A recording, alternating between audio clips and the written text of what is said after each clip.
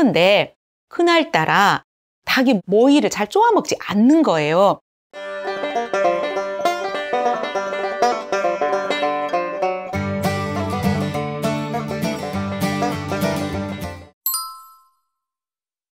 로마는 굉장히 좋은 그런 풍습이 있는데요. 패장을 벌하지 않습니다. 전쟁에서 진 장군을 패장이라고 하는데요. 한번 실수를 저지른 사람은 그 실수에서 틀림없이 교훈을 얻었으리라는 것입니다. 패전 책임을 묻지 않는 것은 걱정 없이 임무에 전념할 수 있도록 하기 위한 것이라고 합니다. 오히려 집정관으로 다시 그 사람을 뽑아서 전쟁터로 보내는 것이 로마입니다. 이런 점은 정말 로마의 멋진 부분으로 저는 이제 생각이 됐습니다. 그런데 반면에 카르타고는 어떻게 했냐면요. 패전자를 본국에 소환합니다. 그래서 사형에 처합니다. 극형인, 그 나라에서 가장 극형인 게 책형이었다고 합니다. 네, 이제 책형이 뭐냐면 죄인을 나무 기둥에 묶어 놓습니다. 그래서 찔러 죽이는 형벌을 가했다고 합니다. 굉장히 가혹했습니다. 근데 이제 제가 책을 읽어보니까 로마가 패장을 벌하지 않잖아요.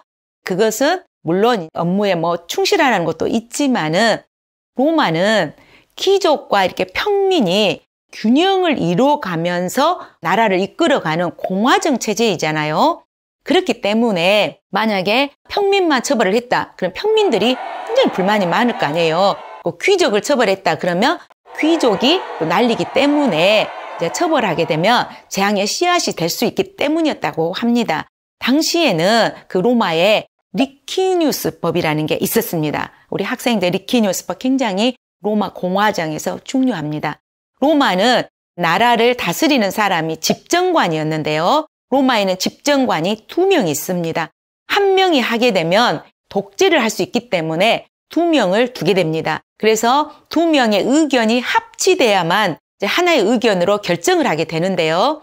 이 집정관 2명이 본래는 귀족이었습니다. 그러다가 평민의 굉장한 투쟁으로 인해서 리키니우스 법이 통과가 되는데요. 모든 요직을 평민에게 개방하게 됩니다. 그래서 집정관 2명 중에 1명은 평민이 그 자리를 갖게 되는 그런 법이었습니다. 로마는 이제 평민과 귀족이 어떤 권력의 균형을 갖는 그런 공화정을 선택한 나라였습니다. 이렇게 이제 패장을 처벌하지 않잖아요. 근데 이런 로마도 한번 처벌했던 일이 있었는데요. 이 풀케르 집정관입니다. 풀케르 집정관은 그때 사실 전쟁에서 졌습니다. 그런데 전쟁에 져서 그 사람을 처벌한 게 아니라 지휘관으로서는 있을 수 없는 행동을 했다 그래서 벌금형을 받았다고 합니다. 내용을 살펴보면 이렇습니다. 전쟁에 나가려면 로마는 출정을 앞두고 세점을 치는 것이 상례적입니다. 닭이 모이를 잘 쪼아먹는 모양을 보고 오늘은 승리를 하겠구나 이렇게 기륭을 점쳤다고 합니다. 그런데 닭에 의해서 좌지우지 되면 안 되지 않습니까? 굉장히 중요한 전쟁인데 그래서 이렇게 미리 닭을 많이 굶겨놓는다고 합니다. 아침에 전쟁에 나가기 전에 닭이 이제 모이를 잘 먹게끔 이렇게 미리 다 작업을 합니다.